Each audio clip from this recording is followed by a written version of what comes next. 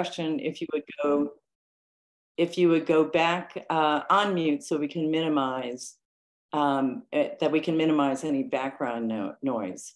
Finally, just one last request.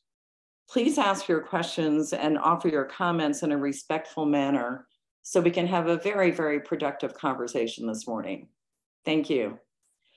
It is now my honor to introduce Andy Karsian, General Manager of the Front Range Passenger Rail District.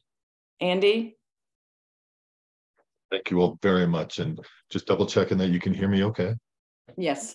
Great. Thank you very much. It is a pleasure to be here today. We were talking before the meeting started. It's been a minute since I've been able to come and speak to the Fort Collins group and be a part of the update with the legislators.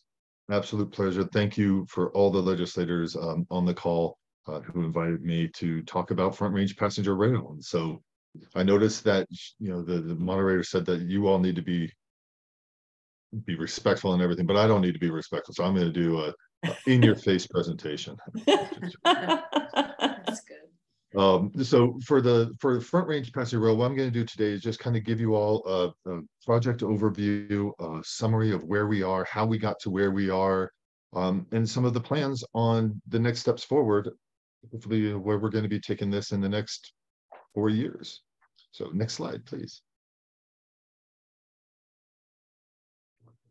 So some of the key points for you all to start off with, what we have going on for the Front Range Passenger Rail, we are the successor organization of a group that came before us, the Southwest Chief and Front Range Passenger Rail Commission.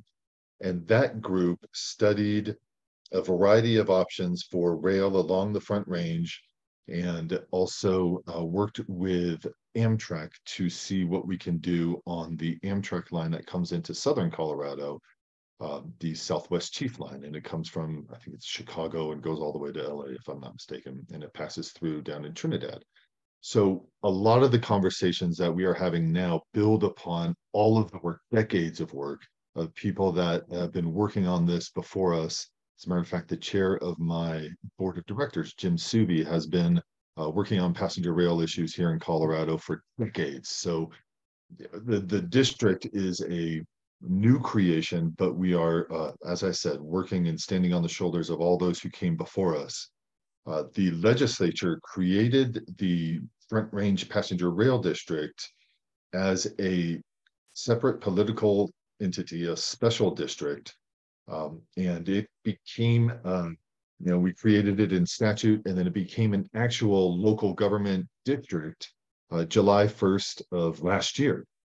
And I had been working at CDOT as their legislative liaison prior to being the general manager. And at the time, it was really cool because I got to see that this district was coming about.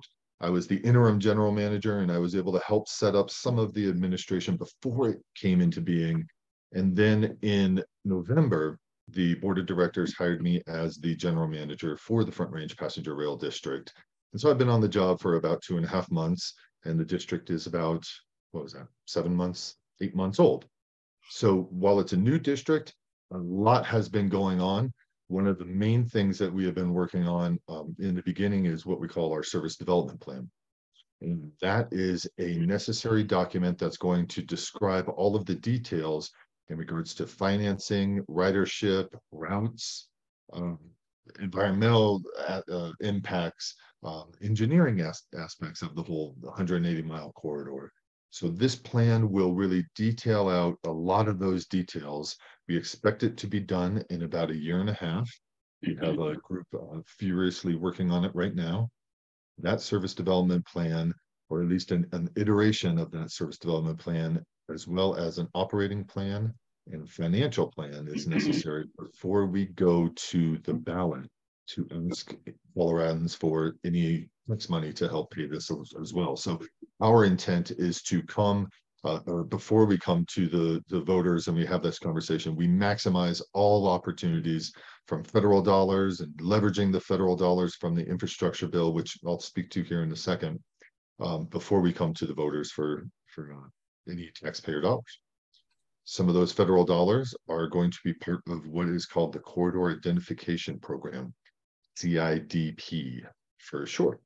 And the CIDP is a really exciting new program that was developed from the IIJA, which is the big infrastructure bill that the federal government passed about, what is it now, 2-3 years ago now, which was great. From that bill, they created the CIDP, which is a new way of looking at not only passenger rail in Colorado, but also how we fund passenger rail efforts in the state, and not just around the country, not just in Colorado. So what the Federal Rail Administration is looking at through the Corridor Identification Program is hoping to set up a wide number, a larger number of passenger rail corridors in the country, and dedicating billions of dollars to the development of these passenger rail corridors, of which Front Range Passenger Rail is a prime candidate. We fit all of the requirements for the Corridor Identification Program. We're working on our service development plan, and because of that aforementioned work that I mentioned before, we are a little bit ahead in the process, and so we are ahead of many of the other corridors that are just now beginning to have conversations with partners, such as freight railroads or Amtrak or local governments, or a wide variety of different partnerships, which I'll allude to and speak to here in the future as well. Well, now partnerships. Amtrak and New Mexico and Wyoming are a few of the partners that we're talking to. The corridor itself is 180 miles, as I said, stretches from Trinidad to Fort Collins. Those are the boundaries. It's mostly on the west side of I-25. The corridor on the east side of I-25 is about, I believe it's 5-mile kind of ribbon along I-25 there, but most of it will be on the west side. And then in future phases, and as we ideally make this into a reality, we will continue to look at how do we expand this up to Cheyenne and down into New Mexico as well, to really create a much more holistic opportunity for transit development all along the Front Range. Next slide, please. And just so, because I know myself and I can go on talking forever, how much time do I have? We're done at 11, right? Okay. So, Front Range, our goals and visions. So, as I mentioned, our goal is to set up this interconnected transportation backbone for the Front Range, and that's not just for rail. Of course, we're talking about passenger rail. We're talking to Amtrak. We're talking to folks on what kind of services that would provide. But it's also connected to multimodal hubs. It's being able to maximize opportunities for buses in the future, and create not just a passenger rail line, but an opportunity to build in, as I mentioned, a more holistic approach towards a variety of different transit options along the Front Range, to hit the local governments all in the district. And of course, providing a safe and efficient, a reliable, competitive, i.e. affordable passenger rail service. It's probably going to look like an Amtrak line, and I can speak to more about why that would be. It's not going to be a high-speed maglev passenger rail line that's going to be going 120 miles and all of that. And it's not going to be a rinky-dinky, little passenger line going along the Front Range. It's going to be somewhere in the middle. So that's what we're going to be designing and building for. And the design today, as I mentioned, trying to get as much phased implementation, we are under no illusion that we will be able to build a passenger rail line that's 180 miles long, stretching from border to border in one fell swoop. It's gonna have to be phased. And I can speak more to that in the future, or afterwards here. And upgrading in the future, these will look like, we'll be building additional, as I said, going into Cheyenne and down to Front Range. We'll be looking at the station improvements. How do we interact with commuter rail, which is going to be a conversation that we have. But please, next slide. All right. and I won't spend a lot of time on this, but this is kind of what we're going through right now. This is the bulk of our planning and trying to get as much good data into the process, because good data in means good data out. And I want to be able to come to the voters in 4 years' time or so, and with a clear definition of what it is that we will be providing, what the ridership, costs will be to the end users and to the taxpayers.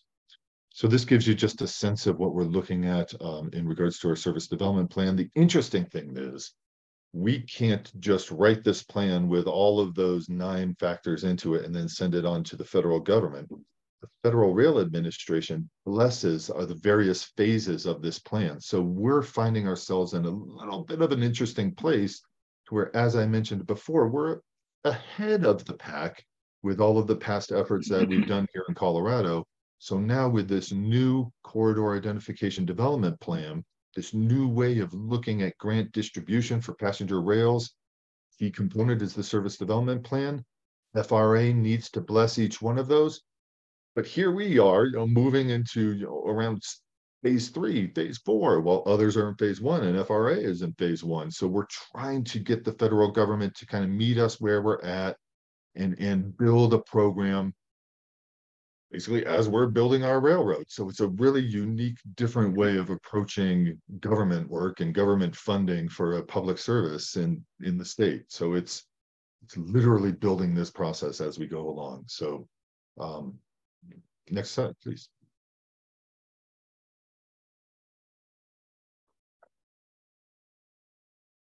All right, so again, some more on this, the CIDP, which is a key factor of what we're doing. I truly believe that if we didn't have these dollars, then this whole conversation would not be happening. It's just a really very difficult task to build a passenger rail line without assistance from the federal government. So what we are looking at is probably within, what is today? About a month. On March 27th, we will be applying to be a part of the Corridor Identification Development Program. That comes with a grant of around $500,000 to help with funding and help with planning and the development of kind of the vision and goal for a passenger rail service in said corridor. As I mentioned, we're past that, so we would use some of those dollars to help augment some outreach efforts, to talk to communities, to help build up our modeling, because modeling is always complex and expensive. The exciting part, and of course, to help build our relationships and solidify those. And then the second year of the CIDP, what we have available to us is a whole host of dollars from the federal government that is available for passenger rail through the IIJA at the federal level. But with the CIDP, we're not going for this fund, this grant, kind of in the silos, which would represent a more traditional funding model for a large infrastructure project like this. What the CIDP does, it's more of catch-all, if you will, for the funding streams above it. And then the CIDP bowl catches these dedicated funds for passenger rail, and then Range Passenger Rail will apply to the CIDP program. Within that, we will be eligible for infrastructure dollars to build sidings, because we will be sharing the line with a lot of the freight lines. Most of it is BNSF line.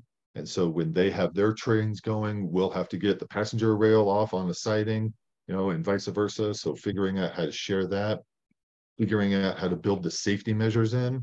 And I know there may be questions about safety measures and what the rail will be doing for safety measures. I will tell you right now, I am not a rail safety expert by any stretch of the imagination, which is probably not what a GM of a railroad should say. But they have, what was going on is a freight rail issues, all of the safety issues that are required will be on this line. For example, one of the big things that we're talking about is positive train control.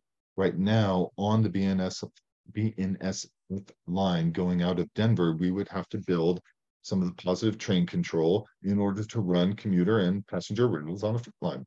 So that would be a major safety improvement that we would be doing along rail line. Just one example of what the CIDP dollars would be used for. One of the really exciting things for the CIDP and these federal dollars is the matching opportunities. It's a 10% to 90% matching opportunity for the local dollars or matching dollars to federal dollars. So we're in conversations with the state and at the local level to see how do we maximize as many federal dollars, especially because we're a little bit ahead on this planning opportunities, because we've got partnerships in place, because we've got a plan in place. How do we maximize then some of our federal or our state dollars to draw down some of that 90% match from the federal level? And then that will help us pay for some of these really expensive projects to get this rail line up and ready for passenger rails moving forward. I'll stop it for right there for now, and we can always come back. I'm going to go a little bit faster for question and answer. So next slide, please. All right. So with Amtrak, a lot of conversations are going on with Amtrak. Amtrak's not the only provider for passenger rail. However, they do have a federal preemption, statutory power, if you will, to be able to travel on private freight railroad tracks. And probably most of you already know this, but railroads like BNSF is able to say, no, you can't ride on our tracks. It's our tracks. And Amtrak is able to come in and say, no, we've been chosen as the provider for XYZ corridor. We are coming in. We're going to figure out our arrangement with the private railroads. Other third-party, with the private freight railroads, other private commuter or passenger rail lines still need to go through a negotiation with the private railroads to utilize their tracks. And it's not unheard of. It happens all the time, and it's happening around the country. I think in Colorado, it's a difficult situation to have because of the history along the rail line there, what happened with fast tracks in the past. So there's a lot of conversations going on with Amtrak right now. They're on my board, and we're continuing to have conversations with what an Amtrak operation would look like here on the Front Range Rail. Next slide.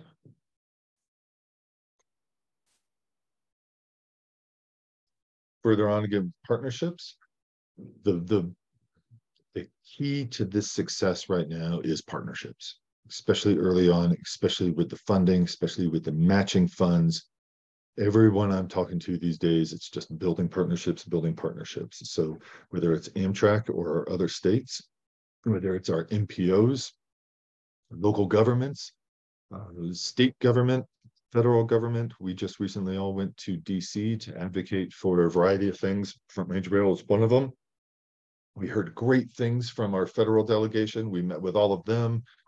We have great support from your legislators as well. I've worked many times with Senator Janal and Representative Bessenecker on rail issues and other issues. They're wonderful legislators. You guys are all lucky to have as many wonderful legislators as you do. Those partnerships are essential. As I said, mayors and commissioners, just name it. We just recently hired a new staff for the district, and I was onboarding her, and we were going through all of the partnerships, and I had a list that went the whole length of the room on all the variety of different partnerships we are working with. CDOT is a major partner that we're working with right now, in collaboration with our service development plan, the FRA, the FTA, RTD. As you can imagine, RTD is a major player in this conversation. They're going through their peak period study right now to see what it would take to deliver peak period light rail along the Northwest Rail there. So obviously we're involved with that. We're having conversations with RTD. What does it mean for a peak period? How does Front Range Rail interact with that, with RTD? Is there an opportunity to blend a partnership there and have an operating agreement for commuter as well as passenger rail on rail coming north? The district's corridor goes, as I said, from border to border. So how are we having conversations, with our partners in the South as well? And what does that look like? So ongoing partnerships, many conversations, many exciting things that are going on right now. And I think that was my final slide. and I would be more than happy to answer any questions to the best of my ability. Great. Thank you so much, Andy. I just want to remind our attendees, you can ask your questions by typing them in the chat function, or if you wish, you can go to the reaction button, click on that, and hit the raised hand function, and you'll be able to ask your question live.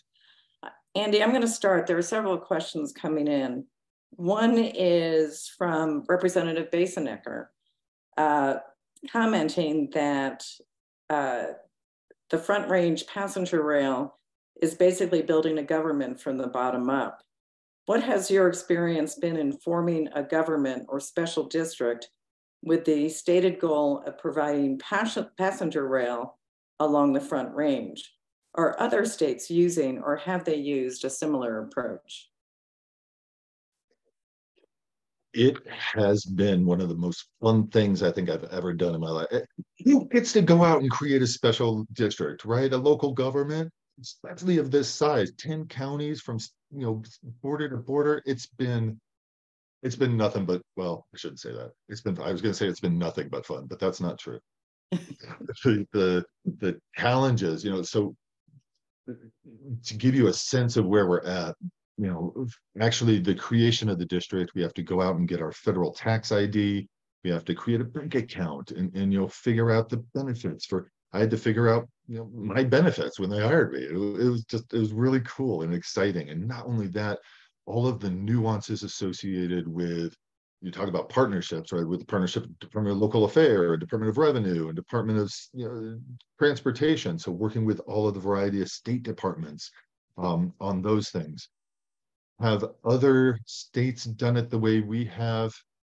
Yes, and they've done it a long time ago. So I've had conversations with them. For example, I just got on a call yesterday with Washington, who has a very robust passenger and commuter rail system that involves the DOT and Amtrak, as well as some private railroad up there for the commuter rail. And it works very well. It was a very interesting conversation to hear about how it can be. And that's probably the majority of the conversations I'm having are talking about how it can be. And then when I talk about where we are, all of the folks that are up here are like, wow, you have such a job ahead of you. Best of luck. And then they hang up on me. No, that's not true. So we are in a pretty unique situation in the state for this corridor, more so because we haven't done much with rail in the country. So there haven't been a lot of new passenger rail corridors. There have been, you know, commuter rail, and commuter rail is intercity, right? The RTDs, the light rails, and just stay within that district. And then the passenger rail, when I make the distinction between those two, are more the Amtrak longer distance trains. And it doesn't mean that those two systems can't interact together, as I mentioned, but the district's mission is just the passenger rail for now. I hope that answered. Thank you. Thank you. Sandy Lemberg, you actually have your hand up and a question in the chat. Why don't we hear you online here? So you want to unmute yourself, Sandy? Sorry. Yeah, I'm just going to read what I put in the chat. Given that it is not high-speed rail to begin with, is the infrastructure planned to be upgradable so that if the demand and funding become available, then you can upgrade to high-speed rail? Is that question clear? Absolutely. And the answer is yes.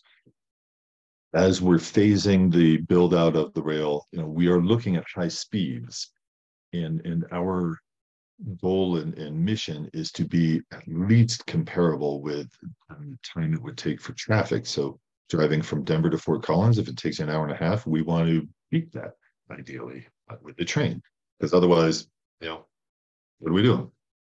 So there will be high speeds. We are designing the tracks. You know, we're designing some of the infrastructure necessary to accomplish that.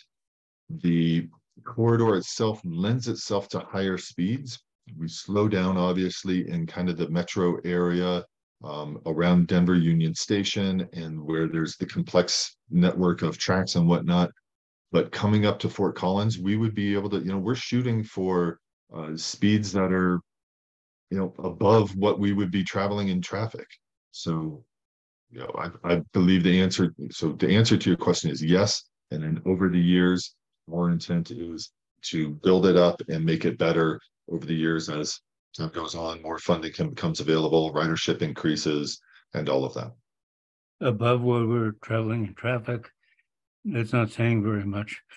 So, I mean, that's my secret. I'm thinking to step up to like 120 miles an hour, and eventually faster.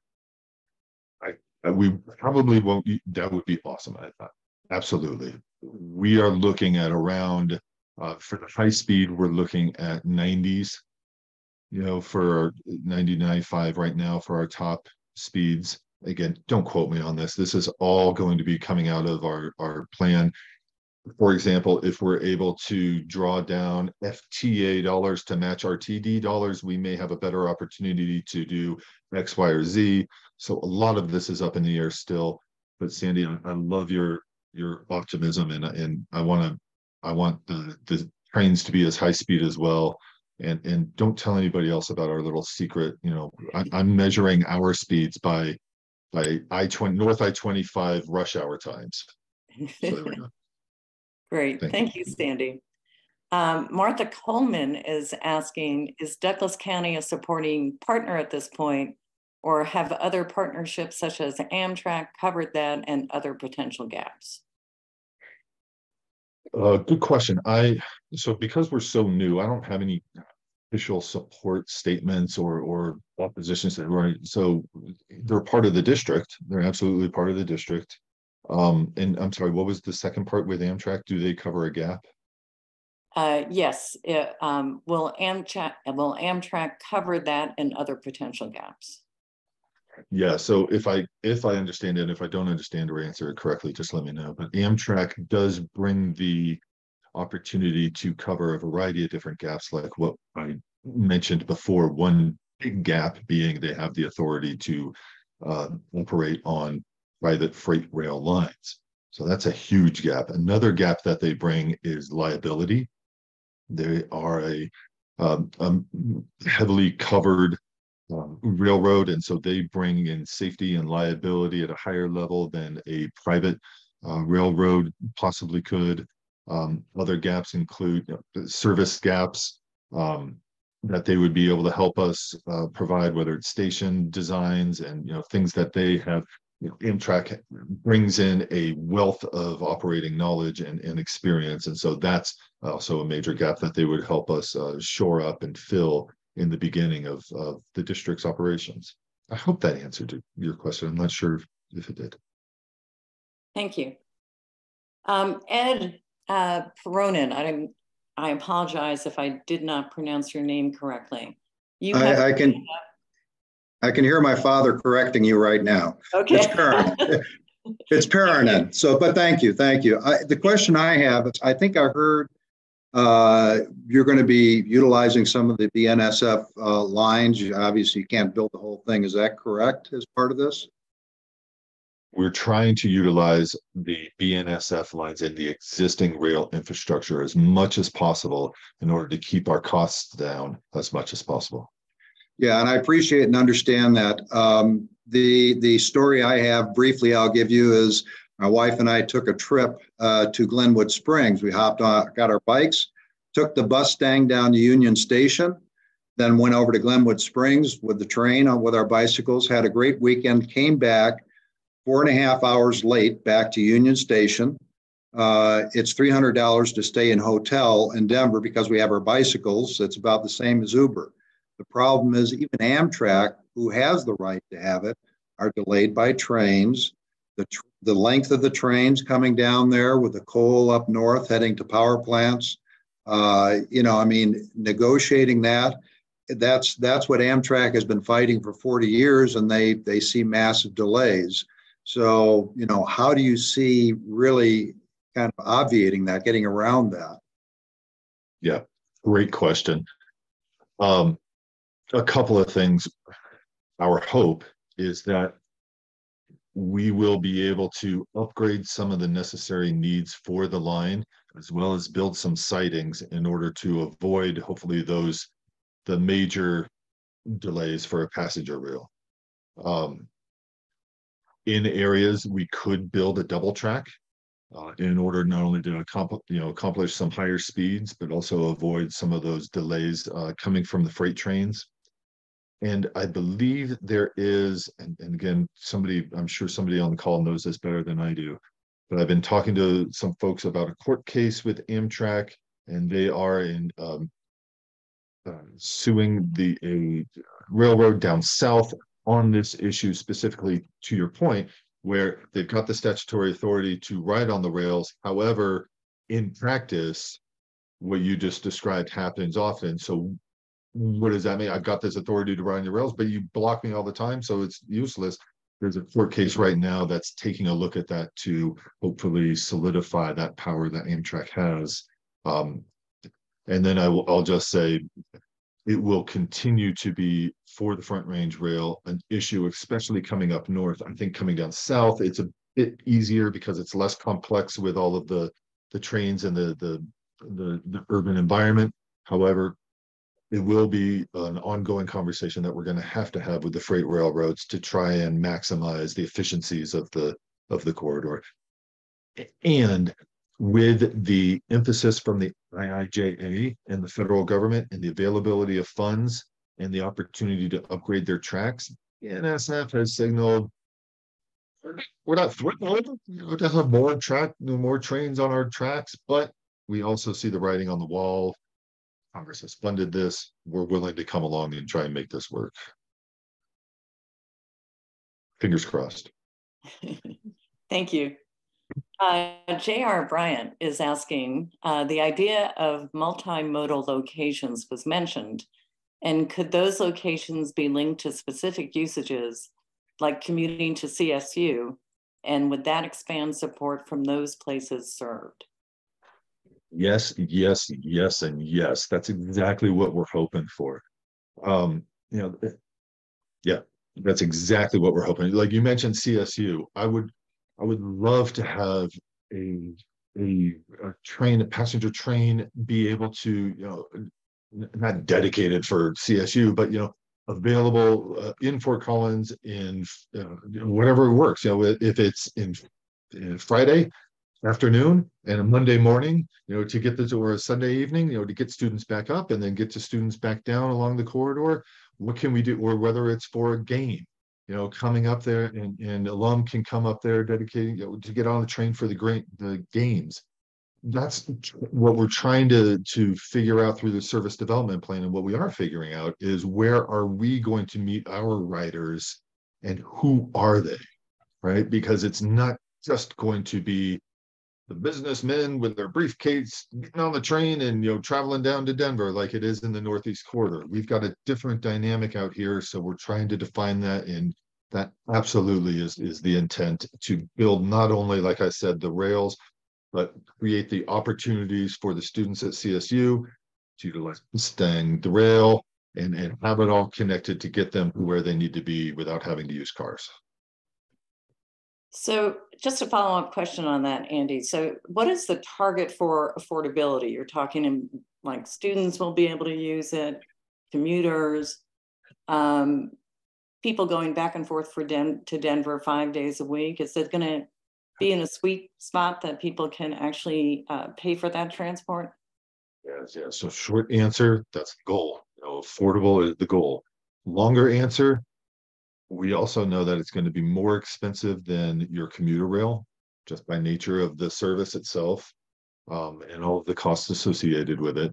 So I know that's a very loose answer, but the absolute goal is to make this as affordable as possible for everyone.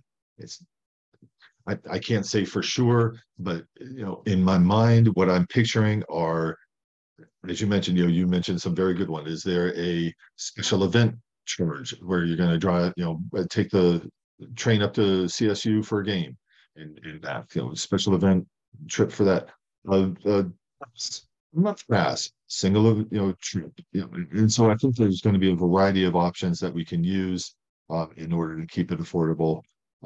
That's the best I can offer you at this time. Sure, thank you. Bill Becker, you've had your hand up. You want to unmute yourself and ask your question? Good. Thank you very much, Andy. This was terrific. Appreciate our Northern delegation putting this together. I've learned a lot more today as updates. I had been part of some of the earlier meetings up here with Randy and those folks when we were working with MPO and looking at different options. And at that time, the sharing of the freight lines was really not in the equation, which made at least the way it was being presented, many millions per mile to do this. And I realize it's very early in the process, but do you have any sense of the longer term dollars? And the infrastructure grant is obviously a key player here, to give us any kind of hint of that sort of dollar component? Bill, I wish I did. It will be less than millions per mile. Generally, what I hear from my engineers is to build the new track, and you probably know this, to build a new track about a mile, depending on the grade and complexity and all that, it's about $2 million a mile, a brand new track and the right of way and everything like that. Maximizing the existing corridor and the existing rail hopefully will bring that down. The federal infrastructure dollars and whatever we finally come up with as a ballot measure for the voters within the district, all will be impacting that dollar amount.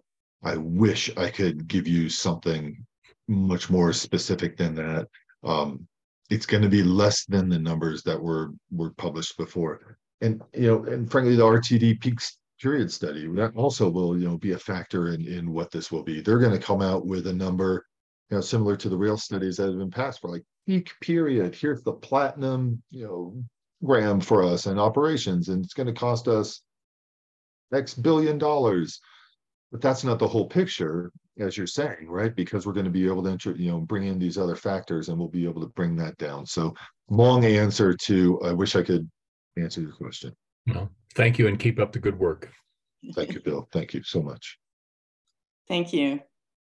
Bruce is asking, is the rail going to be 100% electrified? If you're using BNSF, that would be a concern because freight is not electrified, correct? Correct and correct. We would love it to be 100% electrified. I haven't seen the hybrid locomotives are out there that can use diesel and electric. As you rightfully mentioned, the challenge is in the infrastructure, not only coming up to Fort Collins, but also down along in the Denver urban area and the RTD area with the commuter rail and the light rail, because those tracks aren't going to accommodate passenger rail type engines as well. So it's an ongoing conversation. To answer your question, no, the entire corridor will not be electrified, unfortunately. It would be too cost prohibitive, and it would create, from what I've been told, cost prohibitive and too many engineering infrastructure challenges in the beginning. Again, it doesn't mean that necessarily in the future, if we are able to buy some of these hybrid engines, which, let me also just clarify, I've been on many calls where everybody now, typical market economy, right? This is what happens when massive amounts of dollars come down from the federal government or from any place for passenger rail or for X, Y, and Z, then there becomes a larger demand for it, but the existing supply is limited. And our supply is what's called rolling stock, and rolling stock are the actual engines and coaches and cars that travel on the tracks. Those are, there's a long wait for new, passenger locomotives and engines and whatnot in the country today.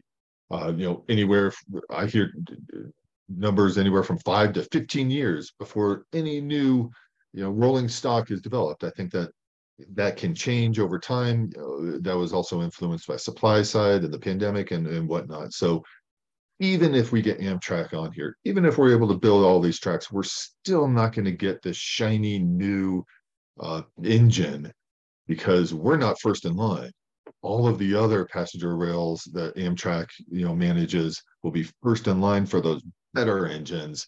And then we're probably going to get those hand-me-downs, which are perfectly fine. But so I just want to, I don't know why I went off on that little tangent, but maybe just an explanation of the hybrids. We most likely, even if we could afford them, wouldn't be able to buy those hybrids because of the demand issues. So in any case, just a little bit of a tangent on what we're dealing with. Great, thank you. I know you addressed this earlier, Andy, a bit, but Sandy is emphasizing again rail safety legislation and how crucial it is to Fort Collins, particularly in light of the recent horrible accident in East Palestine. Absolutely, and I do know that there are other folks smarter than me having this conversation at the policy level to see what we need to do, if anything, at the state level to ensure that the federal regulations that either were removed under previous administrations or that are being proposed are appropriate for us, and that we are able to, accommodate those and implement those into our systems moving forward. So highest priority, it's on our radar, and we will be in compliance with all of the safety standards as we build this out. Thank you for keeping it. Yeah, the question was really not for Front Range Rail, but a general question, and it's probably not in place in this forum. But Fort Collins is a disaster, absolute disaster waiting to happen. And so I hope Joanne and folks, legislators will get with Joe Nagusa and Michael Bennett and so on. Thanks. Thank you, Sandy. Andy, another question here. What is the intersection between passenger rail and our state's challenges with air quality? Will the environmental benefits be considered as part of the process? Yes, absolutely. And on a couple of different levels. One, during the planning phase that we're in right now, we are required to list and identify, quantify environmental impacts that the passenger rail will have and create.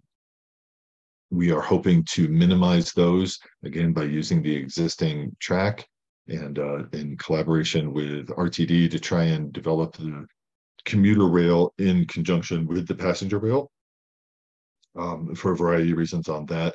And then in building out the rail line, there's a hope that with a passenger rail and light rail that we reduce the vehicle miles traveled on our highways, and we reduce the number of vehicles on our highways. That can happen, and that can be a reality if people ride the rail.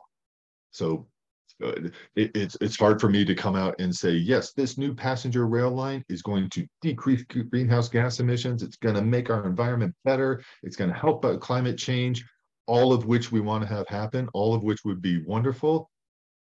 And yet if people still just drive their cars, then the rail is not going to be anything.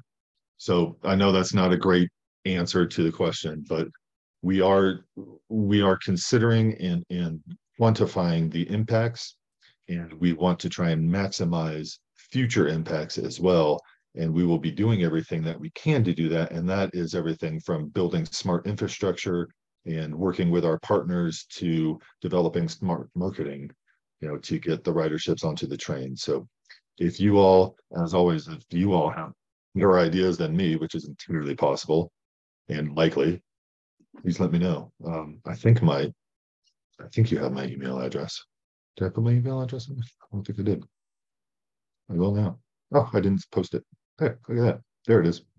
Okay, thank you. Andy, there are a couple of questions here that have to do with timing. Lisa is asking, does the federal funding have a final deadline for use or completion to give us a sense of timeline for having the rail line in operation in Fort Collins? Great question. Short answer, no. Longer answer, probably. because we all know that federal government funding doesn't last forever. One of the exciting things about these funds are they've been dedicated and allocated, and they are, from what I understand, kind of sitting in a bank. They are dedicated funds for these passenger rails.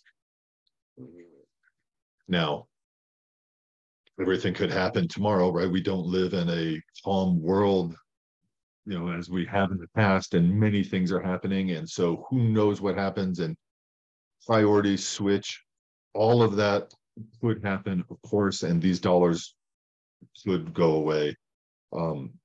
Our hope is that for this first round, obviously for the CIDP dollars, more importantly for a second round at a minimum, and ideally a third round, we would be able to leverage those federal dollars, to draw down a lot of those funds. I have a hunch that when President Biden leaves office, and maybe even after his first term, that the focus on passenger rail dollars will ebb, and focus on the IIJA will ebb, and it will be more about the implementation of the variety of different grants. And my hunch is that we'll probably have 2 years of the federal funds available to us, even though there's a plan for 5. I've been in the business too long. We know what it's like. It won't be around forever. So we're trying to maximize our opportunities up front. And again, our place in this planning process as being a little bit of ahead does help that in our chances of maximize those dollars. Thank you. Another question, are there any initial indications of what ridership might look like? Any numbers or demographics? It's going to be amazing. It's amazing. The ridership numbers are off the roof. No, I'm just joking. There's no indication. We are studying it right now. I would love to be able to tell you all, that this is going to be great. I don't know yet. We are very hopeful. One indication that we've had of people really wanting this is not only participation in town halls like this, but we did a poll, I want to say 3 years ago, 2 years ago now, 3 years ago probably, where 80% of the folks pulled up and down the Front Range said that they would be willing to pay money in the sales tax, I think it was sales tax, but pay extra money to fund a passenger rail and to ride passenger rail. It's huge, right? And of course, a poll is a poll. Take it with a grain of salt. All of us know that. 80% with a question that's tied into funding, that's pretty darn cool. So that gives us a real sense that the ridership will be good. It's not going to be astronomical in the beginning, and our hope is, as we said, it will build up over time as the range continues to grow. But more importantly, as we build out those transit opportunities to build the connections to facilitate the ridership. But it's not all going to be right there in the beginning. Thank you, Andy.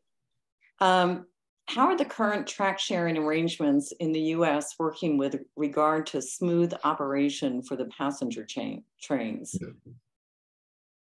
From what I've heard, they work well. They do. A lot of the passenger train traffic in the United States, though, is Amtrak. Very little of it is done by private third-party railroads. So remember that Amtrak is able to be on those passenger freight lines, and so maybe that's why it's working so well. But even in those areas where the private railroads are, the operators, it does work well. The railroads, are a business. They're a big business, and they need the certainty and the everything a business needs in order to move forward in a partnership, and it can happen. It absolutely can happen. Money, time are the two biggest things. So we're hoping that we'll have the money. Time is always of an essence, and we're trying to work as quickly as possible. So I think that answered the question. Thank you. What would this mean for communities that struggle with workforce challenges? could this mobility benefit our state's economic prospects and challenges with finding workers? Yeah, I think so. I think so. I think one of the exciting things about this is linking the markets. Um, yeah, it could be, in my simple mind, it could be everything. I had a conversation with, my banker, and he said that he has business in branches all along the Front Range, and he would love to take a passenger rail as opposed to, going down to Colorado Springs in a car. I've spoken to, it seems like everybody I speak to is like, oh my gosh, I'd love to ride that. I would totally use that. Yeah, so I'm sorry, I totally got up. What was the question? It was Workforce. it was about workforce, the impact on workforce mobility and finding workers. I imagine this is the way legislators feel every Saturday. It's like, I literally have no more words. I don't know what's going on.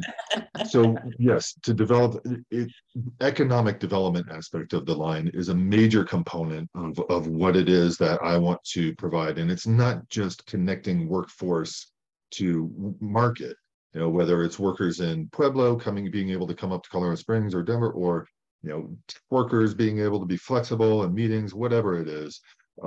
It's also the development of the rail and creating the infrastructure jobs around building the rail. Station improvement districts. We haven't even talked about station improvement districts yet, but where will the stations be? In the legislation that created the district, there's an opportunity to create basically a business improvement district, which is what we have now.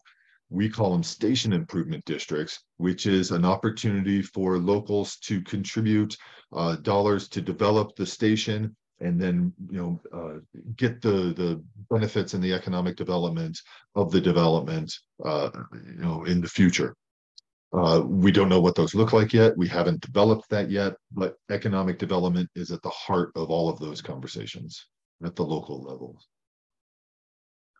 Andy, you spoke a little bit about this, but there's another question about why are we not looking for a high-speed line similar to European lines? Yeah. What would the commute time be from Denver to Colorado Springs or Denver to Fort Collins? Yeah. And let me just say, I always preface these by, I would love that. And years ago, probably 7 years ago now, maybe, I don't even remember, we had a big old conversation about the Hyperloop here in Colorado. And I'm still ticked off that we haven't gotten a Hyperloop. So maybe I'll do that next. I'll create a Hyperloop district or something. I don't know. But to that point, we always want the fastest and the sexiest and the sleekest opportunity and technology available for the state. I would love that. To answer the question, the existence of the tracks right now, our mission to keep the costs down and keep it affordable and realistic, and then maybe build into something, that's essentially the reason why we're not going to have high-speed rail.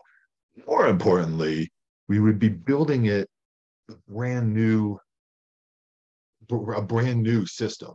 And to build a brand new high-speed maglev, beautiful, sexy system in Colorado along the Front Range would be extraordinarily cost prohibitive for us. We would not be able to afford it the way we are and the way that our markets are. Another reason is we just don't have the infrastructure and the capability to build something like that right now in the States. We don't build rail in the States. Europe has been building rails and Asia has been building rails for decades and decades and decades, and we are not there. As much as I would love to be able to have that opportunity, it's just unfortunately not a realistic opportunity for us here in Colorado. Andy, you have shared so much important information with us today. We're just about at our close. Do you have any final comment you want to make to our attendees today? Well, I think Richard Thomas is either waving goodbye or he wants to ask a question. Richard, do you have your hand up? Can you unmute yourself?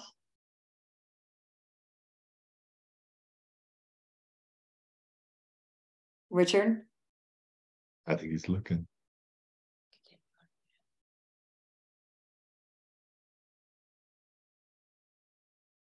And Richard, if you're unable, please take my email address and give me an email. I'm more than happy to talk to any of you all. Send me an email. Happy to talk about Front Range Rail. Yeah. No, I have nothing. I'm grateful for you all for the ability to come here. Fort Collins is going to be an essential part of this. You are our northern anchor. So whatever I can do to help you all expand this out and get this in front of more people up there, just let me know. I'm grateful for the opportunity. Thank you for letting me come and babble on. Well, you've been great. And thank you so much for all the information you shared. I also not only want to thank you, Andy, but our local legislators for organizing this forum. Just one quick reminder, or actually two quick reminders for all of you. The Fort Collins Legislators Town Hall will be in person next Saturday, March 11th from 10 to 11 at the Old Town Library. And then our next issue forum, which will be on Zoom, is scheduled for Saturday, March 25th from 10 to 11. And the topic will be all about seniors changing aging to ageless. So I hope that you'll be able to join us for all those programs. And again, I want to thank all of you for your patience today, and to our elected officials for being so present and great listeners and active in our community. So thank you for that. Can you guys email Andy's email out to us? I don't have his email. Okay, we will do that. Thank you. Thanks. Thank you all for today. Enjoy your Saturday. Thank you all.